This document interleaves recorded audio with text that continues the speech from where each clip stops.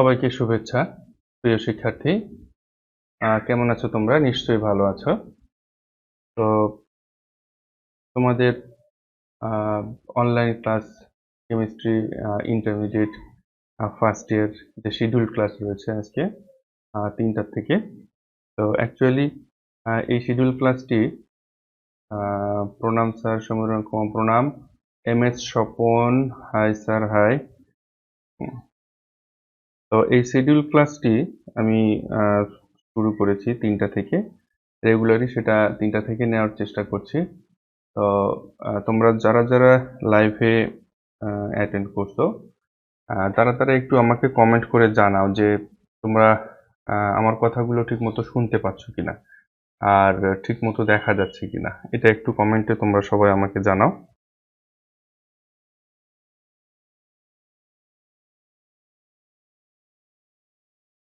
একটু তোমরা যদি কাইন্ডলি একটু আমাকে জানাতে কষ্ট করে যে তোমরা আমাকে ঠিক মতো শুনতে পাচ্ছ কিনা আর তোমরা আমাকে দেখতে পাচ্ছ কিনা। হ্যাঁ, মারুফ হোসেন, গুড আফটারনুন। শ্রুতি, হাই স্যার হাই। স্যার সব ঠিক আছে, সমীরণ কুমার বর্মন। ওকে, অনেক ধন্যবাদ। সব ঠিক থাকলে সেটা ঠিক আছে।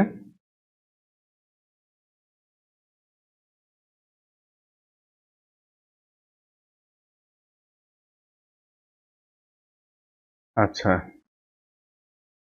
তো মোটামুটি আমি দেখতে পাচ্ছি তোমরা অনেকেই জয়েন করছো।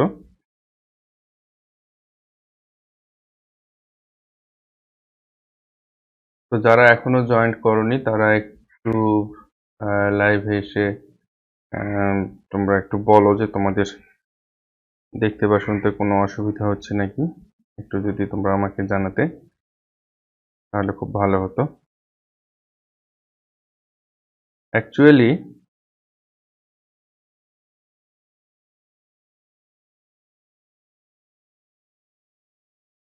আচ্ছা, আমারও মনে হচ্ছে যে তেমন একটা সমস্যা হচ্ছে না। তারপরেও যদি তোমাদের সমস্যা থেকে থাকে তোমরা অবশ্যই সেটা আমাকে একটু কমেন্ট করে জানাবে। আচ্ছা, সমীরণ কুমার বর্মন স্যার সব ঠিক আছে? হ্যাঁ, সব ঠিক আছে sir. Mamunur Rashid, Mohammad Maruf Hasan, yes sir, no problem, okay sir, শুনতে পাচ্ছি। তাজরিয়ান জেমি, শ্রুতি, হ্যাঁ স্যার। শম্পা, হাই স্যার, শুনতে পাচ্ছি, অনেক অনেক ধন্যবাদ। নীল আকাশ আমাকে প্রণাম জানিয়েছো, প্রণাম নীল আকাশ স্যার। আচ্ছা, তো আমার মনে হচ্ছে যে তোমাদের লাইভে তোমরা অনেকেই জয়েন করছো এবং তোমাদের মনে হয় আমাকে শুনতে তেমন কোনো সমস্যা হচ্ছে না। তো আমিও সেটাই আশা করি যে তোমাদের যাতে কোনো সমস্যা না হয়, তোমরা যাতে নির্বিঘ্নে এবং বিনা বাধায় কোনো রকম সমস্যা ছাড়া যাতে তোমরা আমার এই লাইভ ক্লাসগুলো তোমরা যাতে করতে পারো, তোমাদের জন্যই আমার এই চেষ্টা বা আমার এই প্রচেষ্টা। আচ্ছা, তো আরেকটা কথা যেটা বলতে চাই সেটি হচ্ছে যে তোমরা তোমাদের বন্ধু বান্ধবদের মধ্যে লাইভটাকে শেয়ার করতে পারো। হ্যাঁ, তো তোমরা একটা শেয়ার অপশন দেখতে পাবে হয়তো বা। আচ্ছা, আমাকে একটু জানাও তো লাইভটার নিচে কোনো তোমরা শেয়ার অপশন দেখতে পাচ্ছ কিনা, যদি একটু জানাতে আমাকে যে লাইভটার নিচে কোনো শেয়ার অপশন তোমরা দেখতে পাচ্ছ কিনা। কারণ যদি লাইভটা তোমাদের বন্ধু বান্ধবদের মধ্যে শেয়ার করো তাহলে তোমাদের বন্ধু বান্ধবরা হয়তোবা এখান থেকে জয়েন করতে পারবে এবং সকলে হয়তোবা উপকৃত হবে আর কি। হ্যাঁ স্যার, আমি শোনা যাইতেছে কথা। আচ্ছা, মোহাম্মদ ওয়াসিম, আচ্ছা তোমরা সকলে এসেছো, আমি অনেক খুশি। আচ্ছা, তোমরা একটু লাইভটাকে যদি তোমাদের বন্ধু বান্ধবদের মধ্যে শেয়ার করে দিতে পারো তাহলে অনেকে হয়তোবা শেয়ার অপশন দেখা যায়। আচ্ছা, ধন্যবাদ অনেকেই। তো সবাইকে ধন্যবাদ আসলে। তাহলে আমরা এখন ক্লাসে ফিরি। আমাদের যে শিডিউল ক্লাস ছিল গত 3-4 দিন থেকে আমি তোমাদের শিডিউল ক্লাস নিচ্ছি। তোমরা যারা ইতিমধ্যে আমার ক্লাস করেছো সেটা তোমরা জানো। তো ইতিপূর্বে আমি তোমাদের ২-৩টা ক্লাস নিয়েছি, সেটা জুম লাইভে নিয়েছিলাম। তো অনেকেরই কমপ্লেন ছিল যে জুম লাইভে তোমাদের জয়েন করতে অনেক প্রবলেম হচ্ছে। তো সেক্ষেত্রে আমি সিদ্ধান্ত নিই যে আমি ফেসবুকে লাইভ করে তোমাদের প্রবলেমগুলো সলভ করার চেষ্টা করব এবং তোমাদের ক্লাসটা আমি ফেসবুক লাইভেই কন্টিনিউ করার চেষ্টা করব। তো সেক্ষেত্রে আসলে অ্যাকচুয়ালি তোমরাও অনেকেই জানো যে ফেসবুক লাইভে কিছু প্রবলেম আছে। প্রবলেম বলতে সাধারণত ফেসবুক লাইভে সরাসরি প্রশ্ন করা যায় না। আর তোমাদের সরাসরি প্রশ্ন করা যায় না বলতে তোমাদের কথাগুলো আমি সরাসরি শুনতে পাবো না, প্রশ্নগুলো আমি মুখে শুনতে পাবো না। তোমরা কমেন্টে আমাকে সবকিছু জানাতে পারবে, এটা ঠিক আছে। কিন্তু জুম লাইভের আহ, অসুবিধা তেমন কিছু নেই বললেই আমার মনে হয়। কারণ তোমরা যদি একটু প্র্যাকটিস করো জুমটাকে, খুব সিম্পল একটা প্র্যাকটিস সিস্টেম।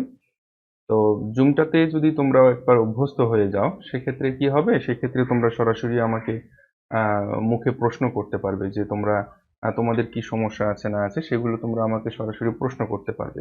অর্থাৎ এরকমটা মনে হবে যে আমি তোমাদের ঠিক সামনেই ক্লাস নিচ্ছি, আর আমার মনে হবে আহ, আমার ঠিক মনে হবে যে আহ, আমি তোমরা আমার ঠিক সামনে আছো, হ্যাঁ। তো এরকমটা মনে হবে। তো এখন যেটা বিষয়, যে জুমটাতে অনেকেরই প্রবলেম হচ্ছে। তো জুমটা যদি ইউজ করতে প্রবলেম হয়, তাহলে সেক্ষেত্রে আমাদেরকে অবশ্যই বিকল্প হিসেবে ফেসবুকটাকেই কন্টিনিউ করতে হবে। তো যাই হোক, আহ, আমরা সব সমস্যা কাটিয়ে আমাদের ক্লাসটা, আমাদের মূল উদ্দেশ্য যেটা, আমাদের ক্লাসটাকে কন্টিনিউ করা। তো এই কন্টিনিউ করার জন্য আমি প্রথমে সিদ্ধান্ত নিয়েছিলাম যে তোমাদের একদিন পর একদিন ক্লাস নেব, কিন্তু সিদ্ধান্তটাকে আমি একটু পরিবর্তন করেছি। সেটা হচ্ছে যে আমি তোমাদেরকে প্রতিদিনই ক্লাস নেব, এখন থেকে প্রতিদিনই ক্লাস নেব।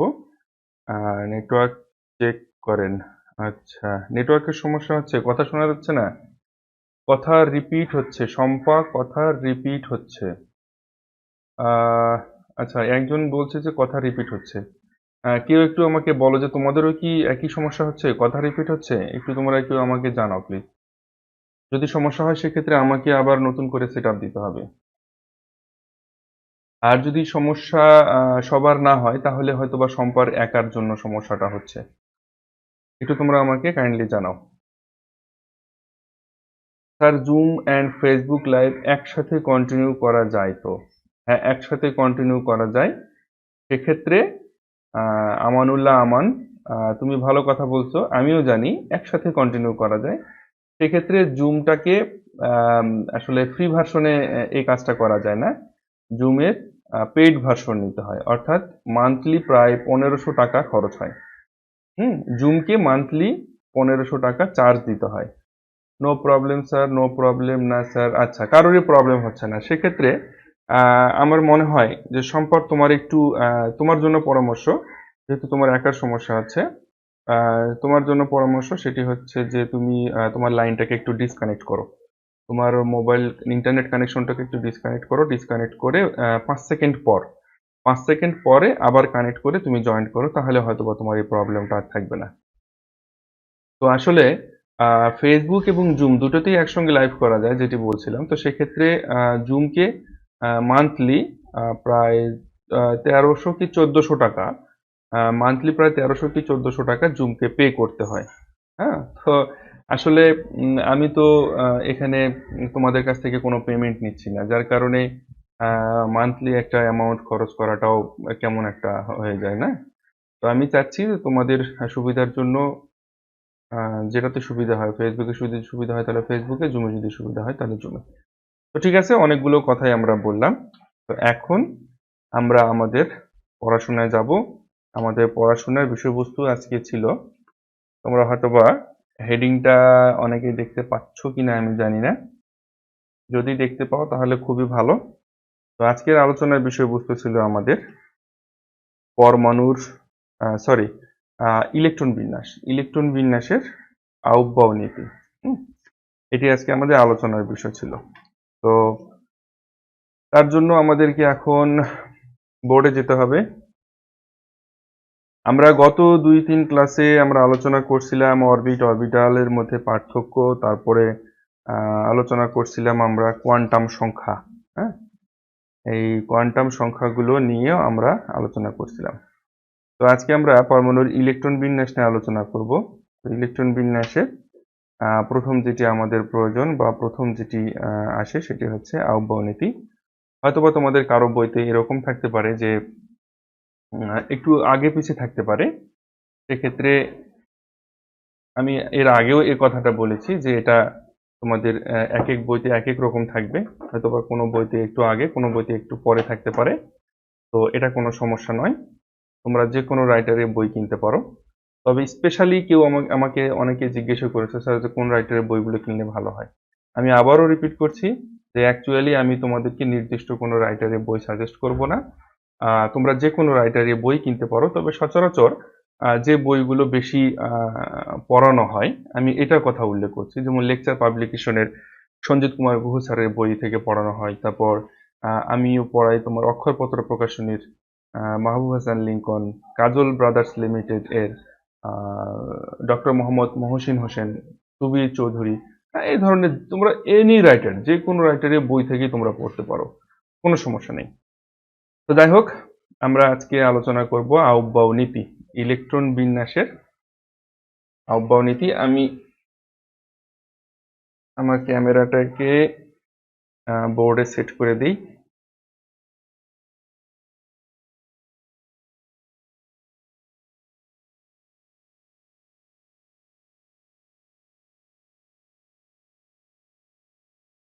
আচ্ছা, আমার মনে হয় তোমরা দেখতে পাচ্ছ।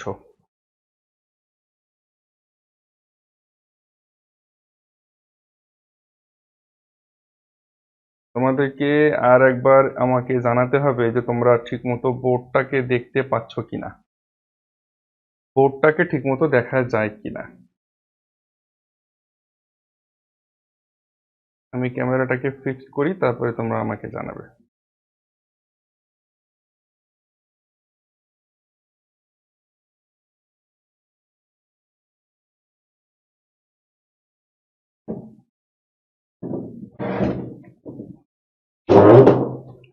আচ্ছা, তোমরা একটু আমাকে জানাও কাইন্ডলি যে তোমরা, স্যার আমাদের কলেজে মাহবুবুর রহমান লিঙ্কনে বই পড়ানো হয়।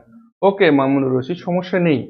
আমি তোমাদেরকে পরিষ্কারভাবে বললাম যে তোমরা যে কোনো স্যারের বই থেকে পড়তে পারো, যে কোনো রাইটারের বই থেকে পড়তে পারো। এক্ষেত্রে আমি তোমাদেরকে নির্দিষ্ট করে বলছি না কোনো কিছু, ঠিক আছে? তোমরা যে কোনো স্যারের বই থেকে, যে কোনো রাইটারের বই থেকে পড়তে পারো। হ্যাঁ, অসুবিধা নেই। তোমরা তোমাদের ইচ্ছে মতো পড়তে পারো, সমস্যা নেই।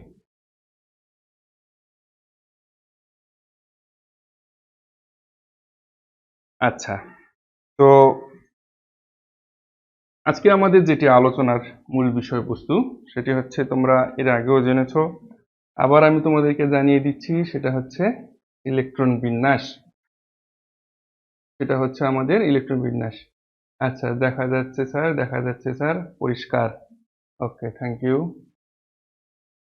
আচ্ছা, তো আলোচনা প্রথমে আমরা আসি।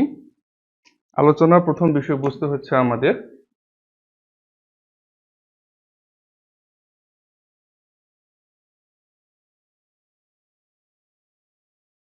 ইলেকট্রন ইলেকট্রন বিন্যাস। তো একটা বিষয়ে আমি তোমাদেরকে বলি, সেটি হচ্ছে যে ইলেকট্রন বিন্যাস, অ্যাকচুয়ালি ইলেকট্রন বিন্যাসটা কি। তোমরা হয়তোবা 9-10-এ পড়ে আসছো, হয়তোবা বলতে অবশ্যই পড়ে আসছো 9-10-এ।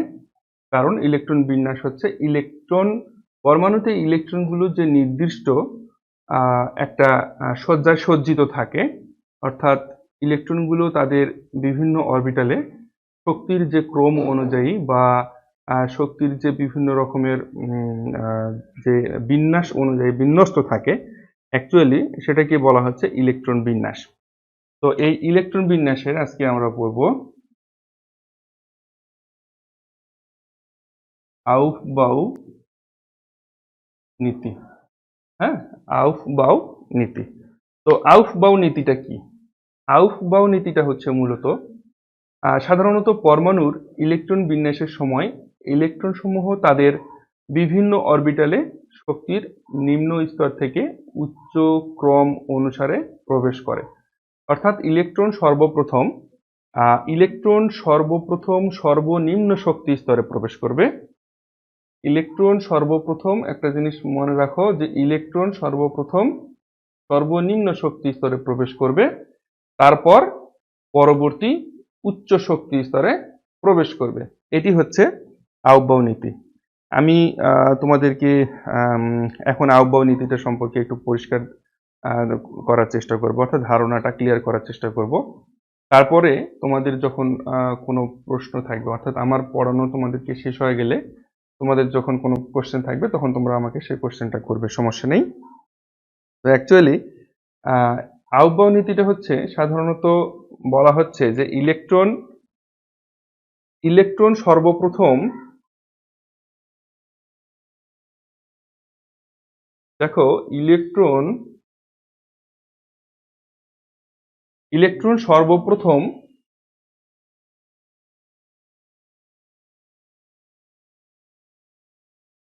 সর্বনিম্ন শক্তি স্তরে প্রবেশ করে।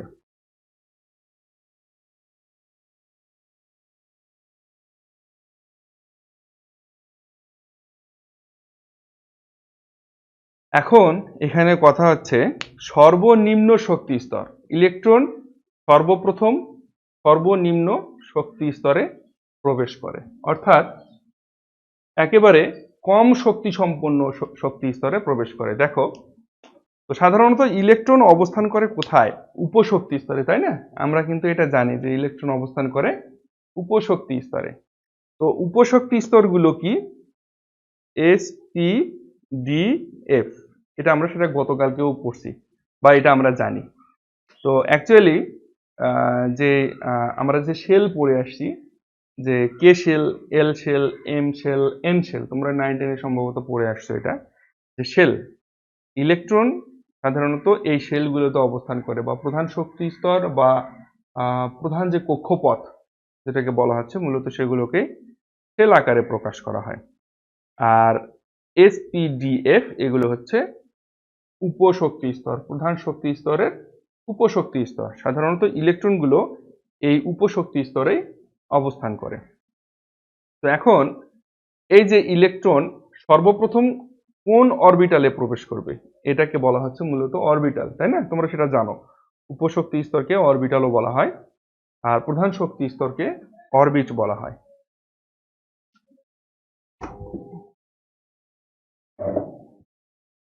তো আমরা যেটা জানি সেটা হচ্ছে যে এই উপশক্তি স্তরে আমাদের সাধারণত ইলেকট্রনগুলো প্রবেশ করে। আর উপশক্তি স্তরে এখানে একটা জিনিস লক্ষ্য করো যে আউববাউ নীতিতে মূল বিষয় যেটি, সেটি হচ্ছে যে ইলেকট্রন সর্বপ্রথম সর্বনিম্ন শক্তি স্তরে প্রবেশ করবে। ইলেকট্রন সর্বপ্রথম সর্বনিম্ন শক্তি স্তরে প্রবেশ করবে। এখানে পয়েন্টগুলো তোমাদের আমি একটু লিখে দিই, একটা পয়েন্ট আকারে লিখো যে ইলেকট্রন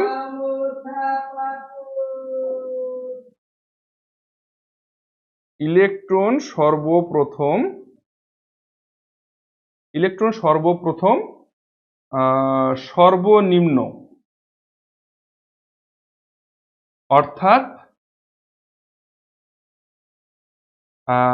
সর্বনিম্ন, অর্থাৎ কম শক্তি সম্পন্ন অরবিটালে প্রবেশ করে। কম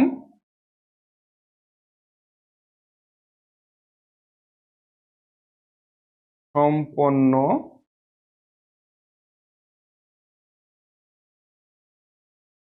অরবিটালে প্রবেশ করে। আচ্ছা, তো তোমাদের কাছে আরেকটা রিকোয়েস্ট, যেটা আর কি বলছিলাম আমি, যে তোমরা এই লাইভটাকে তোমাদের বন্ধু বান্ধবদের মাঝে সবার মাঝে শেয়ার করতে পারো, তাহলে হয়তো বা সবার একটা অংশগ্রহণ এখানে থাকবে। তো ইলেকট্রন এই আউববাউ নীতি অনুযায়ী ইলেকট্রন সর্বপ্রথম সর্বনিম্ন অর্থাৎ কম শক্তি সম্পন্ন অরবিটালে প্রবেশ করবে। এরপরে 2 নম্বরের অপশনে আসি আমরা। তারপর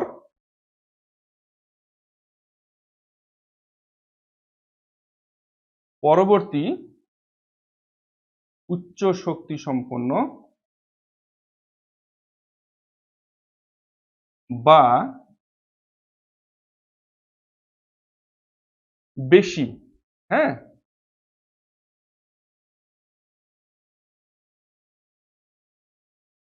সম্পন্ন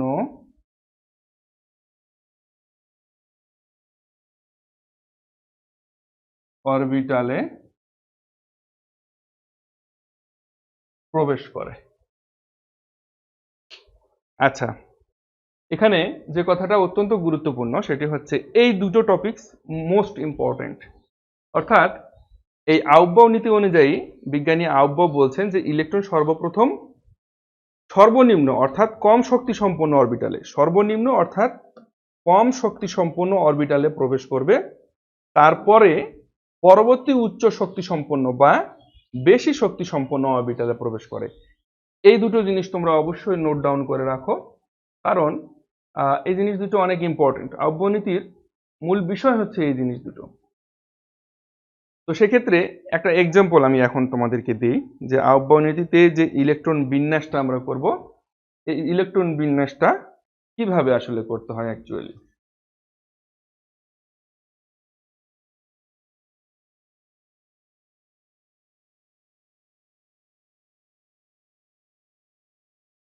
দেখো, সাধারণত গত ক্লাসে বা তার আগের ক্লাসে আমরা শিখেছিলাম যে বিভিন্ন রকমের অরবিটাল কোনটা সম্ভব এবং কোনটা সম্ভব না, এ ধরনের একটা টপিকস আমরা শিখেছিলাম।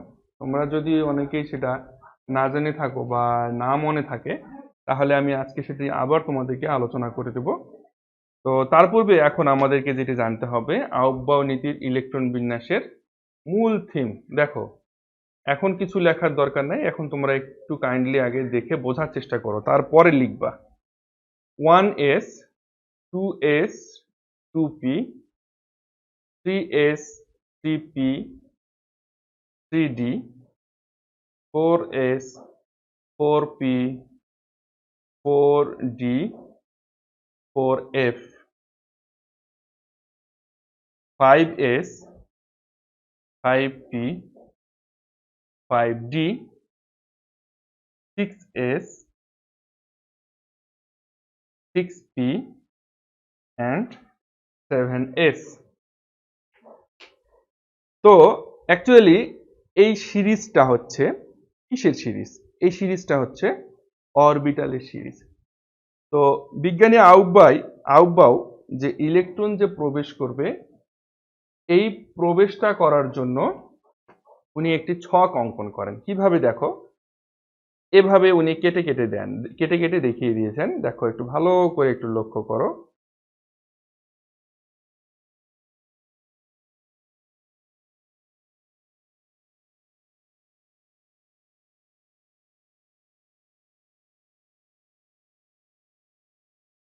দেখো, এটার মানে হচ্ছে যে ইলেকট্রন সর্বপ্রথম 1s অরবিটালে প্রবেশ করবে। ইলেকট্রন সর্বপ্রথম 1s অরবিটালে প্রবেশ করবে। 1s অরবিটালটা যখন পরিপূর্ণ হয়ে যাবে, তারপর 2s অরবিটালে ইলেকট্রন প্রবেশ করবে। 2s অরবিটালটা যখন পরিপূর্ণ হয়ে যাবে, তারপর 2p অরবিটালে প্রবেশ করবে। 2p অরবিটালের পর 3s, 3s এর পর 3p, 3p এর পরে কিন্তু অনেকেই তোমরা মনে করতে পারো যে 3p এর পরে তো 3d অরবিটালে ইলেকট্রন প্রবেশ করার কথা, কিন্তু তা নয়। 3p এর পরে 4s অরবিটালে ইলেকট্রন প্রবেশ করবে। তো এটা নিয়ে একটা প্রশ্ন আছে, সেই প্রশ্নটা আমি তোমাদেরকে একটু পরে বলে দেব এবং সেই প্রশ্নটাও তোমাদেরকে আমি বুঝিয়ে দেব যে কেন নয়। 3p এর পরে 4s অরবিটালে ইলেকট্রন প্রবেশ করবে। 4s অরবিটাল কমপ্লিট হওয়ার পর আবার 3d অরবিটালে ইলেকট্রন প্রবেশ করবে।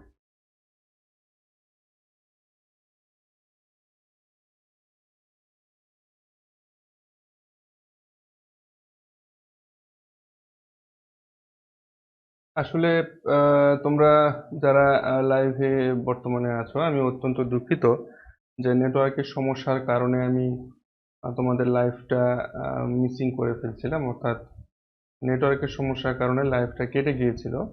তো তোমরা যদি এখন কেউ থেকে থাকো, সেক্ষেত্রে আমাকে একটু সাউন্ড দাও যে আসলে তোমরা ঠিক মতো দেখতে পাচ্ছ কি পাচ্ছ না, বা আমার কথাগুলো ঠিক মতো শুনতে পাচ্ছ কি পাচ্ছ না। এটা যদি একটু আমাকে তোমরা বলে দিতে, তাহলে খুব সুবিধা হতো আর কি। হুম।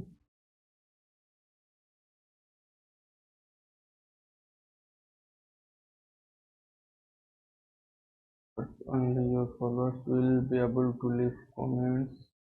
Like, comments,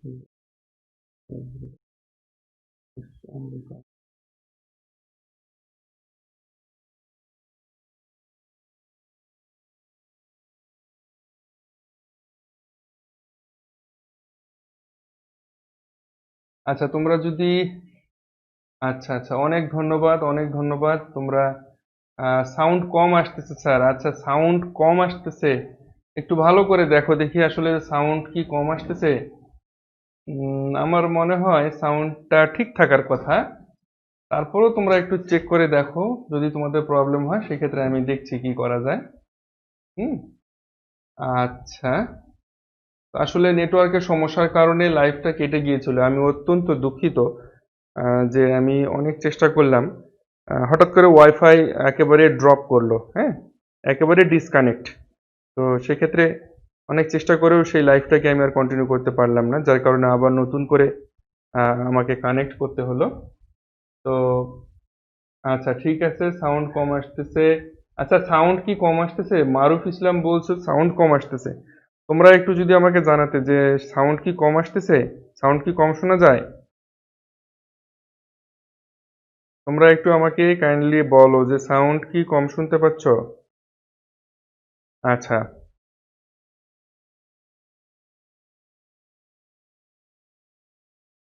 সাউন্ড কেমন শুনতে পাচ্ছ একটু কাইন্ডলি বলো।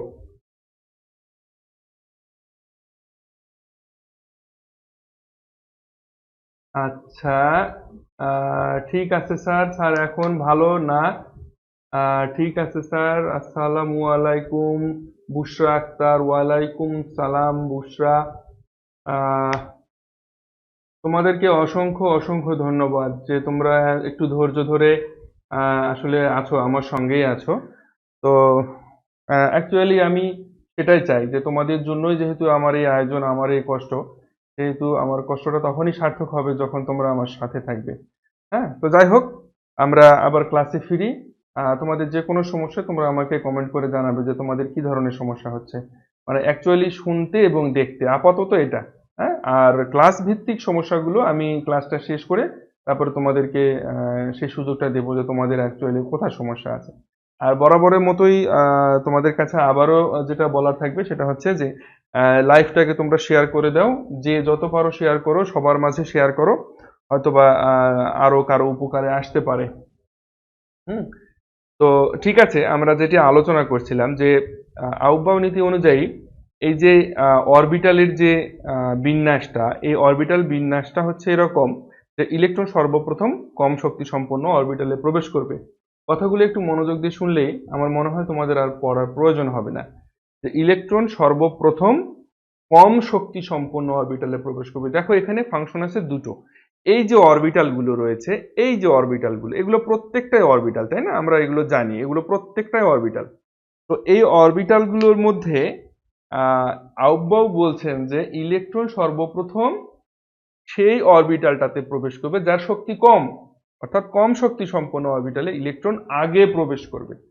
তারপর সেই অরবিটালটা ইলেকট্রন দ্বারা পরিপূর্ণ হয়ে যাবার পরে পরবর্তী উচ্চ শক্তি সম্পন্ন অরবিটালে প্রবেশ করবে।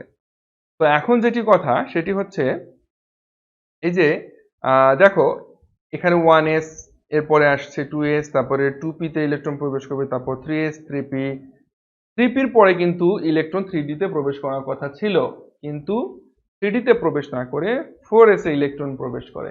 এটা একটা প্রশ্ন আছে, আমি এর আগেও তোমাদেরকে বলেছি যে এটা নিয়ে একটা প্রশ্ন আছে। সেই প্রশ্নটা আমি তোমাদেরকে লিখে দেব এবং সেই প্রশ্নের উত্তরও আমি তোমাদেরকে দিয়ে দেবো। তো এভাবে ইলেকট্রনগুলো আগে প্রবেশ করবে এবং কোনোটাতে আগে প্রবেশ করবে, কোনোটাতে পরে প্রবেশ করবে।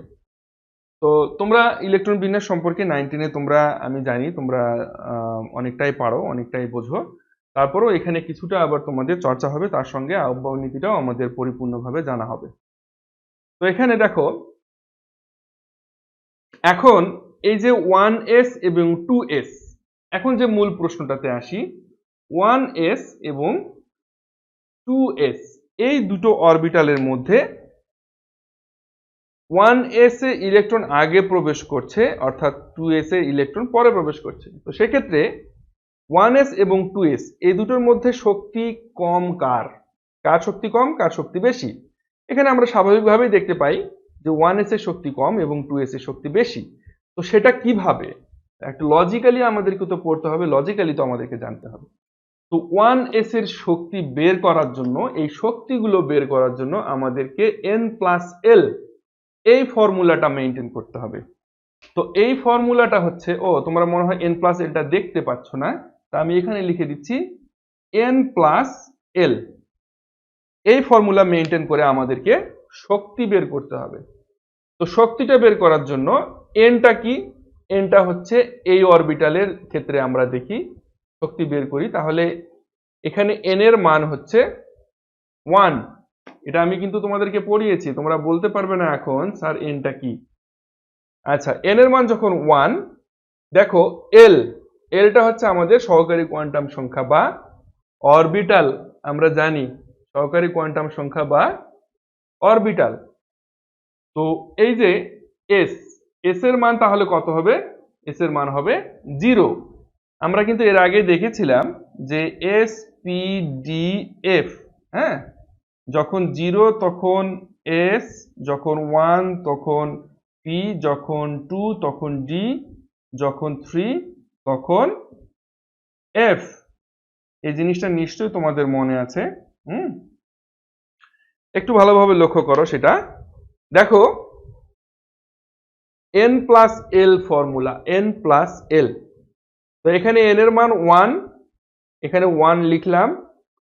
l এর মান যখন s তখন s এর মান 0।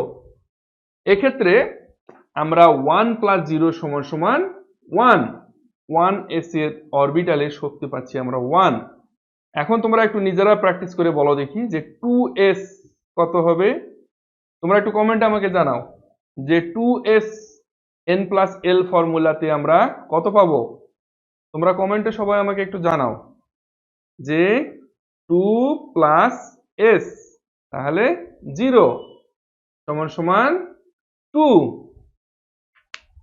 তাহলে আমরা খুব সহজেই বের করতে পারছি 2s এর শক্তি 2, 1s এর শক্তি 1। তাহলে 1s এর শক্তি আমরা পেলাম কম, আর 2s এর শক্তি পেলাম আমরা বেশি, 2। হ্যাঁ, শ্রুতি 2, গুড। আচ্ছা, তো এখন এভাবে আমরা যে কোনো অরবিটালের শক্তি বের করতে পারি। এই জিনিসটা আমি আর একটা এক্সাম্পল দিয়ে তোমাদেরকে বুঝিয়ে দিতে চাই।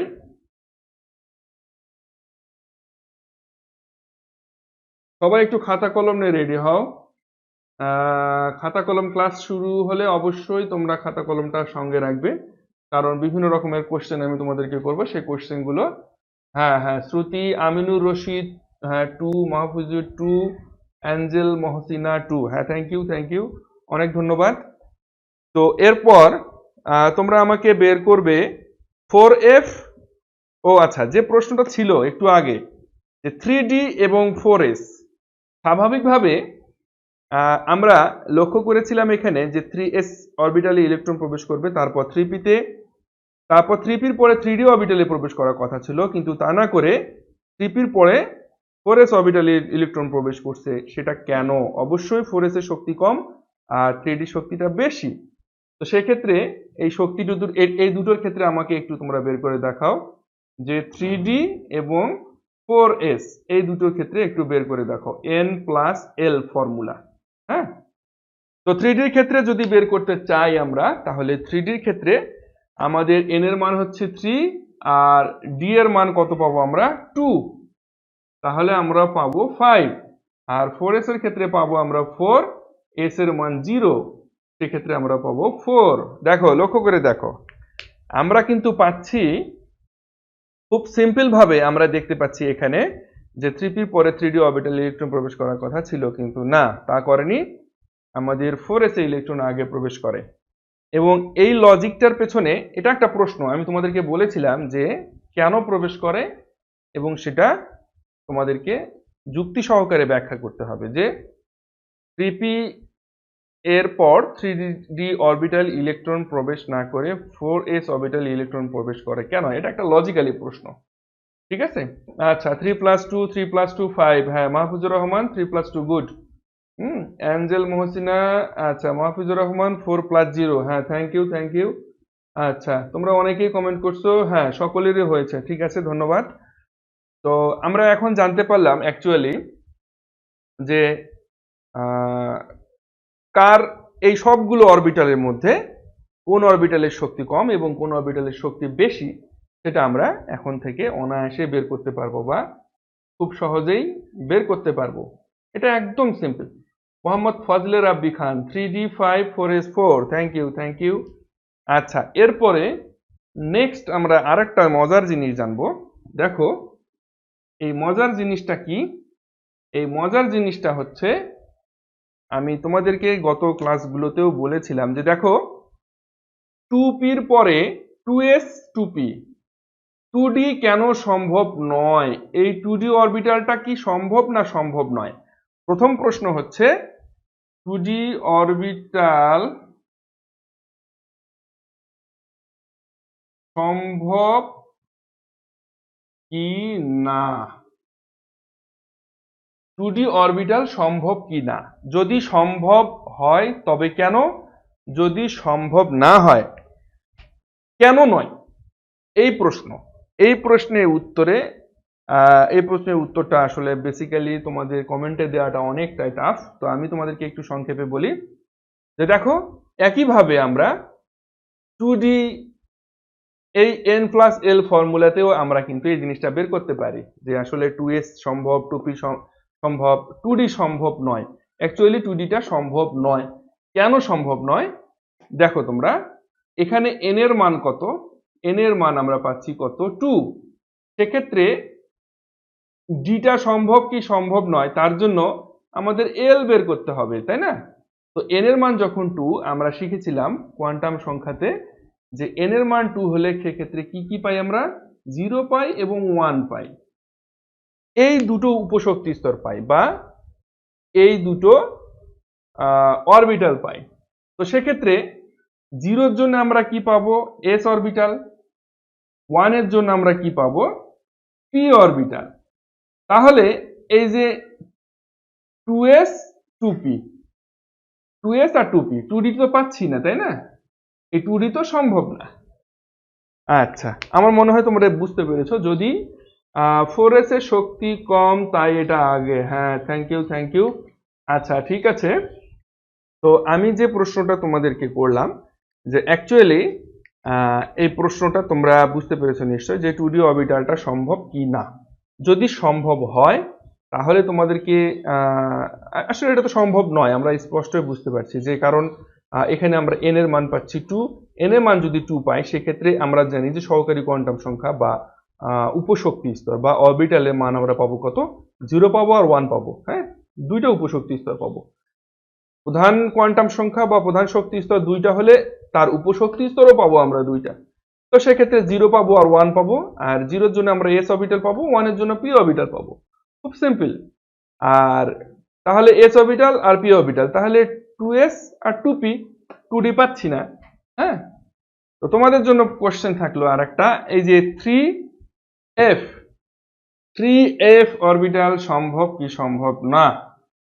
বলো 3f অরবিটাল সম্ভব কি সম্ভব না? খুবই সহজ, খুবই সহজ, পানির মতো। এগুলো কোনো প্রশ্নই না। অনেকে এখন হয়তো বলতে পারো স্যার আপনি কি আমাদেরকে নেগলেক্ট করছেন নাকি, হ্যাঁ? আসলে তা নয়, আমি এটা মজা করে বললাম। আমি জানি তোমরা জানো যে স্যার আমরা এটাও পারবো না, একটু আগে আপনি শেখালেন তারপরও কি আমরা পারবো না? আসলে তা না, অবশ্যই তোমরা পারবে। তো 3f অরবিটালটাও সম্ভব নয়।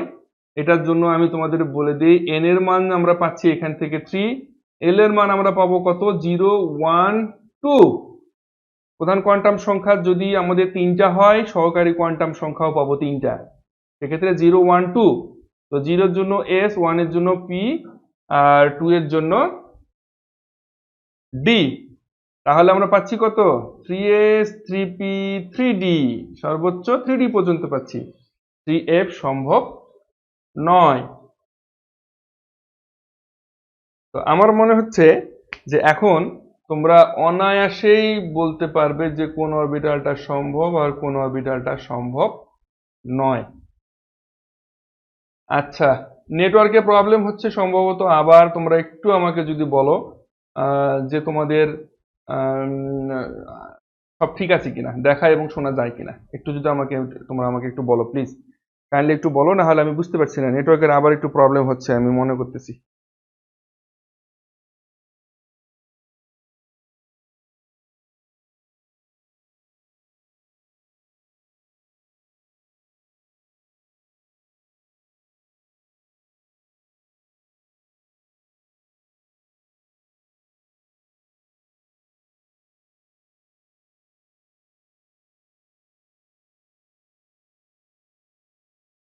না স্যার, ঠিক আছে ঠিক আছে, আচ্ছা ঠিক আছে।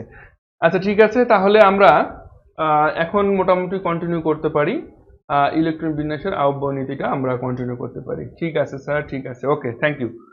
আচ্ছা ঠিক আছে, তাহলে আমরা এখন আহ্বান নীতির যে বেসিক জিনিসগুলো ছিল সেই বেসিক জিনিসগুলো আমি তোমাদেরকে দেখালাম। মূলত আহ্বান নীতির এইটা হচ্ছে বেসিক জিনিস। এখন আমরা খুব সিম্পল ভাবে কন্টিনিউ করতে পারবো বাকি ইলেকট্রন বিন্যাসটা।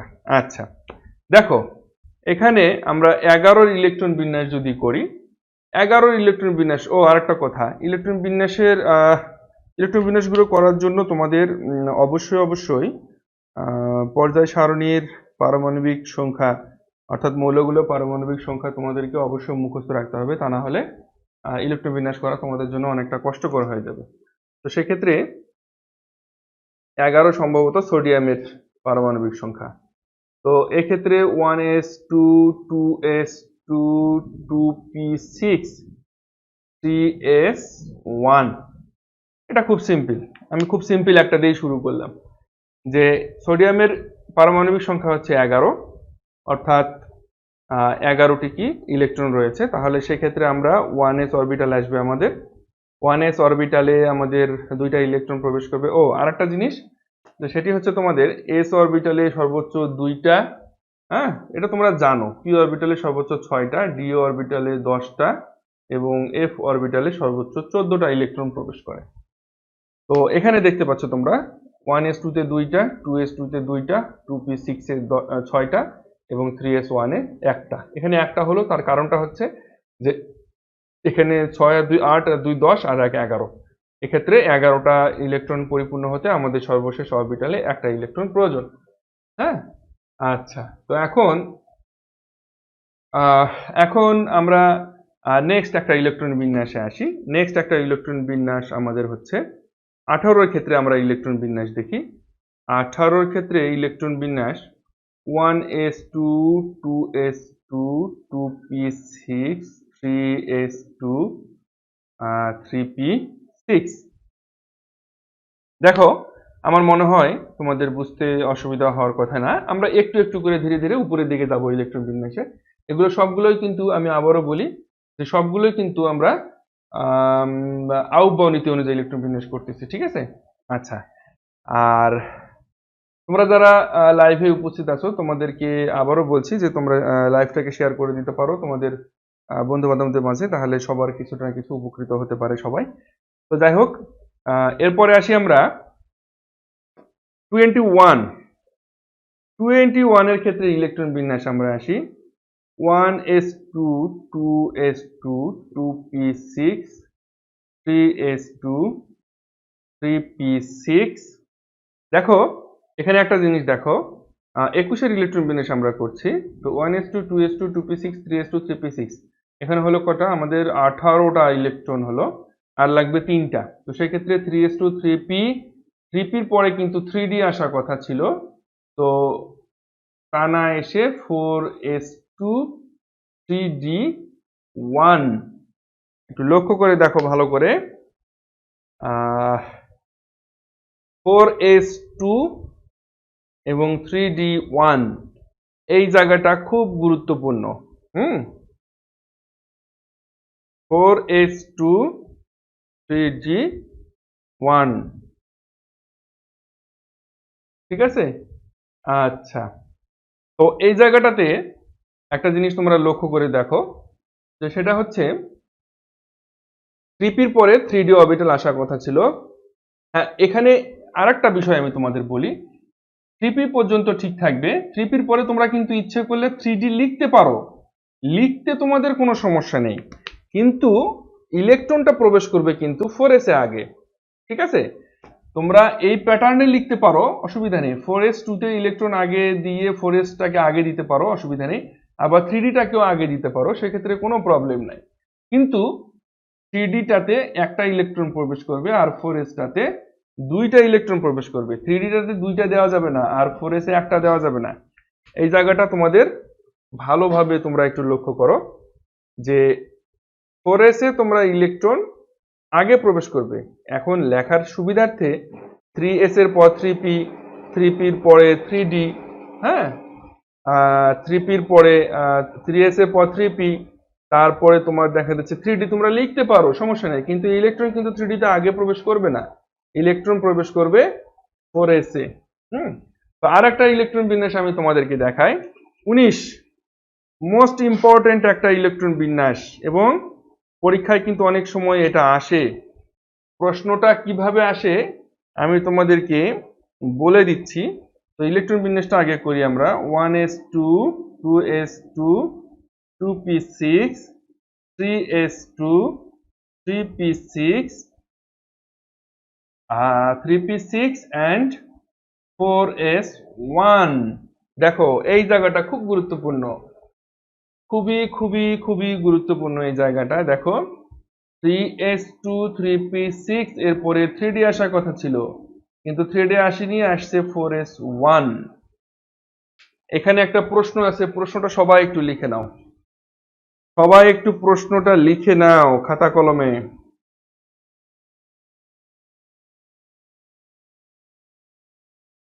সবাই একটু খাতা কলমে প্রশ্নটা লিখে নাও।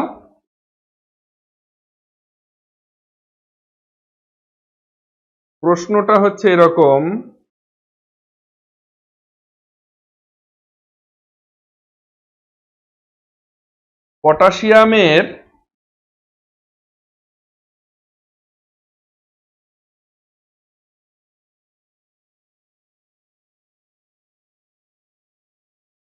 পটাশিয়ামের ইলেকট্রন বিন্যাসে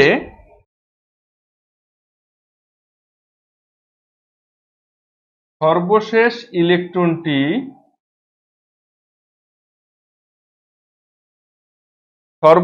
ইলেকট্রনটি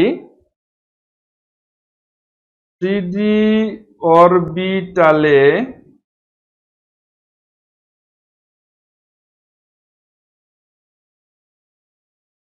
প্রবেশ না করে 4s অরবিটালে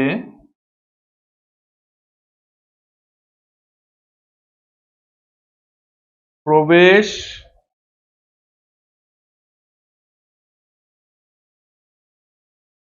করে কেন? আমার মনে হয় তোমরা এই প্রশ্নটা অলরেডি বুঝতে পেরে গেছো।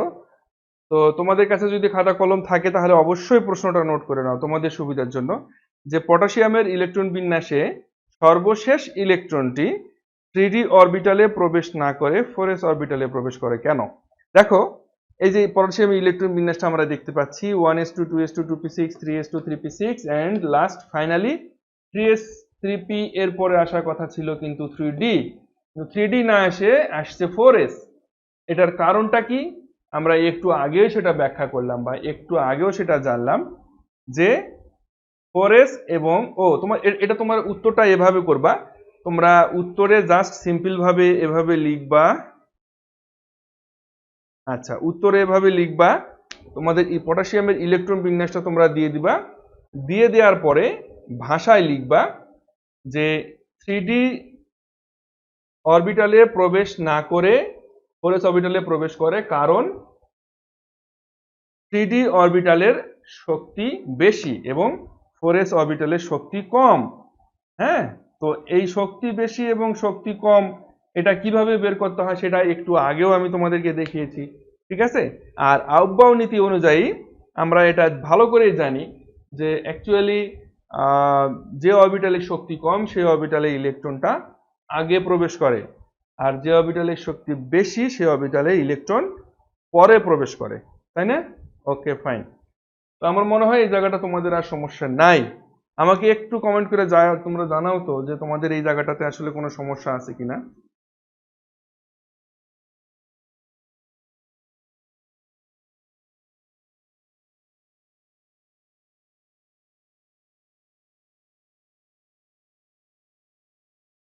তোমরা আমাকে একটু জানাও, কমেন্ট করে জানাও। তোমরা আমাকে একটু কমেন্ট করে জানাও যে আসলে তোমাদের সমস্যা হচ্ছে নাকি বুঝতে। তাছাড়া তো আমি বুঝতে পারবো না। প্রবলেম নাই স্যার। অর্পণ মালো, অনেক ধন্যবাদ। বিকজ 3D এ ইলেকট্রন পাওয়ার এর চেয়ে 4s এর পাওয়ার কম। হ্যাঁ, থ্যাংক ইউ মোহাম্মদ ফজলে রাব্বি খান। সেজন্য 3D first. 3D first? 3D first মানে কি? 3D ফার্স্ট মানে কি? 3D তো ফার্স্টে ইলেকট্রন প্রবেশ করবে না তো, 4s এ তো ইলেকট্রন আগে প্রবেশ করবে। আচ্ছা, thank you. Angel Mohsina, problem নাই, প্রবলেম নাই, অনেক ধন্যবাদ। শুভ বিশ্বাস, নাই স্যার। হ্যাঁ, থ্যাংক ইউ। তো এরপরে আমরা আরো কিছু ইলেকট্রন বিন্যাসে আসব, যে ইলেকট্রন বিন্যাসগুলো আমাদের অনেক গুরুত্বপূর্ণ এবং আমাদের সব সময়ের জন্য যে ইলেকট্রন বিন্যাসগুলো প্রয়োজন হয় সেই ইলেকট্রন বিন্যাসগুলো খুবই খুবই ইম্পর্টেন্ট। সেই ইলেকট্রন বিন্যাসগুলোর মধ্যে একটি ইলেকট্রন বিন্যাস ক্রোমিয়াম। ক্রোমিয়ামের ইলেকট্রন বিন্যাস তোমরা আহ, একটু নিজেরা খাতায় প্র্যাকটিস করে ফেলো দেখি ক্রোমিয়ামের ইলেকট্রন বিন্যাস। হ্যাঁ, আচ্ছা, ফজলে রাব্বি, সরি স্যার 4s, হ্যাঁ থ্যাংক ইউ। আচ্ছা, লিখতে ভুল করে ফেলেছো আসলে। এটাই হচ্ছে ফেসবুক আর জুমের মধ্যে পার্থক্য। হ্যাঁ, তোমরা জুমে ডিরেক্ট আমার সঙ্গে কথা বলতে পারবে আর ফেসবুকে ডিরেক্ট কথা বলতে পারছো না। দেখা যাচ্ছে কমেন্টে তোমরা বলতে চাইছো একটা, কমেন্টে লিখে ফেলছো একটা ভুল করে। হ্যাঁ, 21 ইলেকট্রন বিন্যাসটা একটু বোঝান। 20, এই কৌশিক বেইন, কৌশিক, 21 এর ইলেকট্রন বিন্যাস তুমি বোঝনি? কেমন কথা?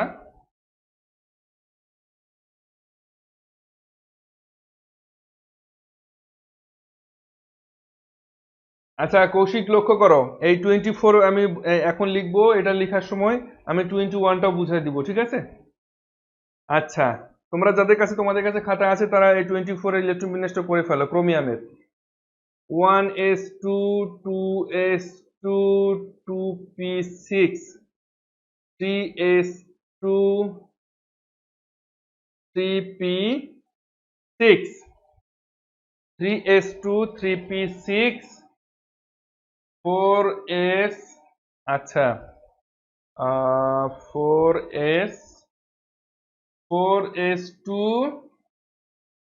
3d4। আচ্ছা দেখো, এখানে একটা জিনিস দেখো।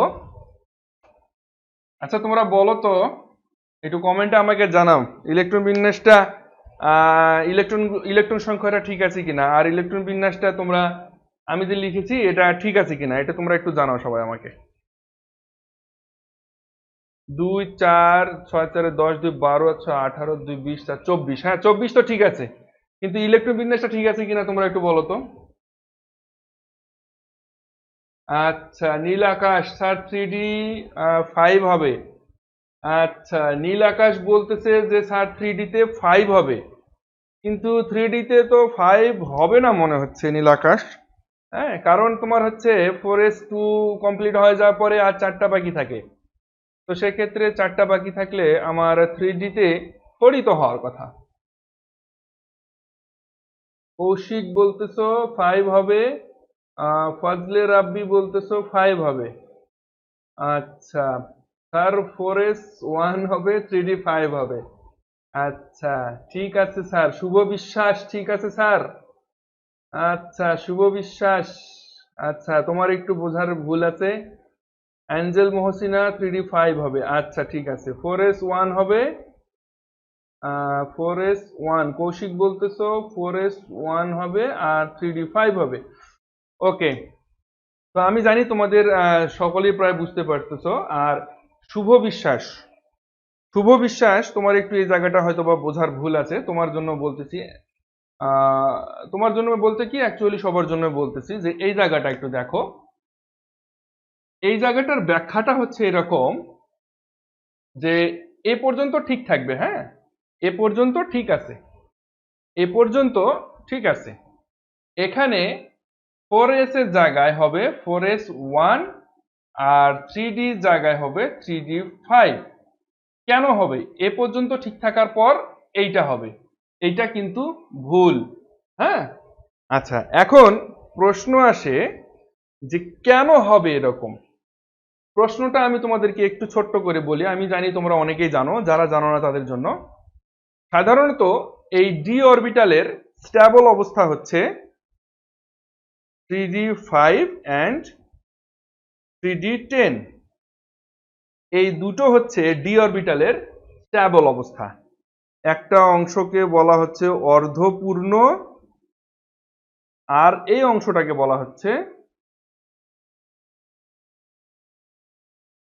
পরিপূর্ণ। ঠিক আছে, আচ্ছা, এখন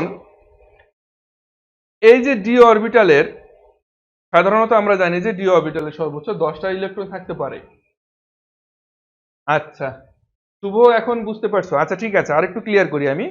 সাধারণত ডি অরবিটাল আমরা কি জানি যে ডি অরবিটাল সর্বোচ্চ 10টা ইলেকট্রন থাকে, আর এই ডি অরবিটালের স্টেবল অবস্থাটা হচ্ছে অর্ধপূর্ণ অবস্থা এবং পরিপূর্ণ অবস্থা। ঠিক আছে, আচ্ছা, তো ডি অরবিটাল সবসময়ের জন্য চায় কি, যে এই অর্ধপূর্ণ বা পরিপূর্ণ অবস্থায় থাকতে চায়। একই উপশক্তি স্তরে অরবিটালগুলো অর্ধেক পূর্ণ বা সম্পূর্ণরূপে পূর্ণ হলে সেই ইলেকট্রন বিন্যাস অধিক সুস্থিত হয়। ইয়েস, অর্পণ মালো, সুন্দর করে বলছো। তো যাই হোক, অর্থাৎ সুস্থিত বা স্ট্যাবল যেটাকে বলা হচ্ছে, অর্ধপূর্ণ বা পরিপূর্ণ অবস্থায় আসার জন্য ডি অরবিটাল সবসময়ের জন্য চেষ্টা করে। তো এই অর্ধপূর্ণ বা পরিপূর্ণ অবস্থায় আসার জন্য এখানে স্বাভাবিক ইলেকট্রন বিন্যাসটাতে আমরা দেখতে পেয়েছিলাম যে 3d4 হচ্ছিল। ঠিক আছে, কিন্তু একটা কথা হচ্ছে যে যখন এরকম অবস্থা হবে 3d4, তখন তার একটা ইলেকট্রন প্রয়োজন, অর্থাৎ অর্ধপূর্ণ অবস্থায় আসার জন্য একটা ইলেকট্রন প্রয়োজন। আচ্ছা, তো এই একটা ইলেকট্রন প্রয়োজন, তখন সে কি করে, সে তার পার্শ্ববর্তী অরবিটাল থেকে একটা ইলেকট্রন টেনে নেয়, ধার করে নিয়ে সে তার অর্ধপূর্ণ অবস্থাটা পরিপূর্ণ করে। অর্থাৎ তখন 4s অরবিটাল থেকে একটা ইলেকট্রন এই 4s একে ধার দেয়, আর তার কাছে হয়ে যায় 1 এবং 4 এর জায়গা হয়ে যায় 5। এখন এখানে একটা প্রশ্ন থাকে যে স্যার, 3D যখন 3 থাকে, 3D তে যখন 3টা ইলেকট্রন থাকে, তখন কি 3d5 হতে চায় না? না, এজন্য না যে 3d অরবিটালে পার্শ্ববর্তী অরবিটাল হচ্ছে 4s। তো 4s এ সর্বোচ্চ 2টা ইলেকট্রনই থাকে। তো 3d3 যখন থাকবে, তখন তার স্টেবল অবস্থাটা প্রাপ্তির জন্য 2টা ইলেকট্রন প্রয়োজন হবে। যখন তার এই 2টা ইলেকট্রন প্রয়োজন হবে, সেক্ষেত্রে কি তার পার্শ্ববর্তী অরবিটাল 4s থেকে 2টা ইলেকট্রন টানতে হবে। কিন্তু 4s অরবিটাল কি করবে, যে 4s অরবিটাল বলবে যে ভাই আমার কাছে তো 2টা ইলেকট্রনই আছে, আমি তো আহ, আমি তো 2টা ইলেকট্রন দিতে পারবো না, তাই না? তো অ্যাকচুয়ালি বিষয়টা তাই যে তোমার কাছে আমি ধার চাইলাম, আমার কাছে কোনো টাকা পয়সা নাই, বা আমি তোমাকে বললাম যে তোমার কাছে 10 টাকা আছে, তুমি আমাকে আহ, টাকা ধার দাও, আমি 2 দিন থেকে খেতে পাইনি। তো অ্যাকচুয়ালি তখন তুমি কি করবে? তুমি কি আমাকে 10 টাকাই দেবে? তুমি তো আমাকে 10 টাকা দেবে না, তুমি আমাকে বলবে হয়তো বা 2 টাকা নেন স্যার, বা 5 টাকা নেন স্যার, হ্যাঁ, নিয়ে আপনি এটা দেখান, আর বাকি টাকা আমার কাছে থাক। হ্যাঁ, আমি যদি আপনাকে 10 টাকা দিয়ে দিই, তাহলে তো আমার কাছে কিছু থাকলো না, আমি তো শূন্য হয়ে গেলাম, আমি তো আবার না খেয়ে থাকবো, তাই না? তো বিষয়টা হচ্ছে এরকম যে অ্যাকচুয়ালি 4s অরবিটাল কি করে, এই 4s অরবিটাল তার কাছে 2টা ইলেকট্রনই সর্বোচ্চ থাকতে পারে বা থাকে। সে তখন কি করে, তার একটা ইলেকট্রনই সে দিতে চায়, 2টা ইলেকট্রন সে দিতে চায় না। হ্যাঁ, তাহলে এই কারণেই 3d4 অবস্থা থেকে আমাদের ওই 3d5 অবস্থাটা, আমরা অর্ধপূর্ণ অবস্থাটা স্টেবল অবস্থায় পাই। ঠিক একইভাবে আর একটা অরবিটাল আছে, 2 এর নিয়ম হবে স্যার এটা, 2 এর নিয়ম হবে স্যার এটা, নীলাকাশ তোমার কথা আমি বুঝি নাই, একটা শেয়ারের মাধ্যমে হয়তো, হ্যাঁ, তা তো অবশ্যই। আচ্ছা, এরপরে ক্রোমিয়াম এরপরে আমরা আসি কপারের ক্ষেত্রে। কপারের পারমাণবিক সংখ্যা হচ্ছে 29। এটার ক্ষেত্রেও এইদিকে সবকিছু সেম থাকবে, 1:2, 2:2, 2p6, 3:2, 3p6, 3:2, 3p6, 3d10 and 4s1। দেখো এই জায়গাটা তোমরা 4s-টাকে আগে লিখতে পারো, আবার 3d-টাকে পরে লিখতে পারো, as your wish. But electron কিন্তু সর্বপ্রথম আগে 4s-এই প্রবেশ করবে, সেটা তোমাদেরকে আমি শিখিয়েছি এবং তোমরা সেটা খুব ভালো করে জানো। তোমরা এখানে অনেকেই প্রশ্ন করে, স্যার 3d-টাকে আগে লিখবো না 4s-টাকে আগে লিখবো? এটা তোমাদের ইচ্ছা, 3d-টাকেও তোমরা আগে লিখতে পারো বা 4s-টাকেও তোমরা আগে লিখতে পারো, কিন্তু অবশ্যই অবশ্যই তোমাদেরকে ইলেকট্রন 4s-এ আগে প্রবেশ করাতে হবে, কারণ আহ্বায়ক নীতি অনুযায়ী আমরা এটা জানি। সেম একই নিয়মে এটার যে অর্ধপূর্ণ অবস্থা ছিল এখানে ক্রোমিয়ামের ক্ষেত্রে, আর এখানে পরিপূর্ণ অবস্থা লাভ করার জন্য সে কি করে, পার্শ্ববর্তী 4s অরবিটাল থেকে একটা ইলেকট্রন টেনে নিয়ে 3d10 হয়। ঠিক আছে? তো আমার মনে হয় ইলেকট্রন বিন্যাসের এই সহজ কিছু নিয়ম তোমরা অবশ্যই অবশ্যই পারবে, তোমাদের সমস্যা হবে না। তারপরেও যদি তোমাদের কিছু সমস্যা থেকে থাকে বা কোনো সমস্যা থেকে থাকে আমাকে তোমরা জানাও। আহ্বায়ক নীতি মোটামুটি আমি তোমাদেরকে শেষ করে দিলাম। ইলেকট্রন বিন্যাস আরো আছে, প্রত্যেকটা মৌলেরই ইলেকট্রন বিন্যাস রয়েছে, তো সেক্ষেত্রে কিছু কিছু মৌলের ক্ষেত্রে ইলেকট্রন বিন্যাসের ব্যতিক্রম নিয়ম তোমরা লক্ষ্য করবা। তো সাধারণত কিছু কমন নিয়মই লক্ষ্য করা যায়। আর মোস্ট ইম্পর্টেন্টের মধ্যে ইলেকট্রন বিন্যাসের মধ্যে আমরা দেখতে পেলাম আর কি ক্রোমিয়াম, কপার, তারপর ওদিকে তোমাদেরকে পটাশিয়াম দেখালাম, তারপর স্ক্যান্ডিয়াম 21 দেখালাম। হ্যাঁ, এগুলো মোস্ট ইম্পর্টেন্ট, সবগুলোই ইম্পর্টেন্ট।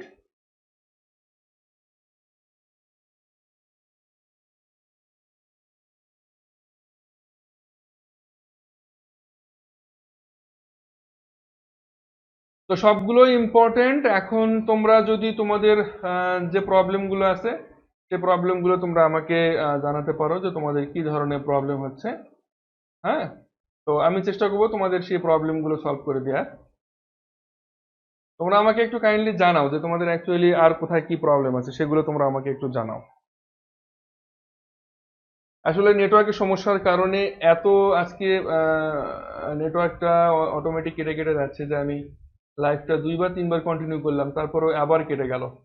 তো ঠিক আছে, আগামী দিন তোমাদের কোনো সমস্যা থাকলে সেই সমস্যাগুলো নিয়ে আবার আলোচনা করা হবে। আমার মনে হয় আজকে আর সম্ভব না, নেটওয়ার্ক আর দেখতেই পাচ্ছি না আমি।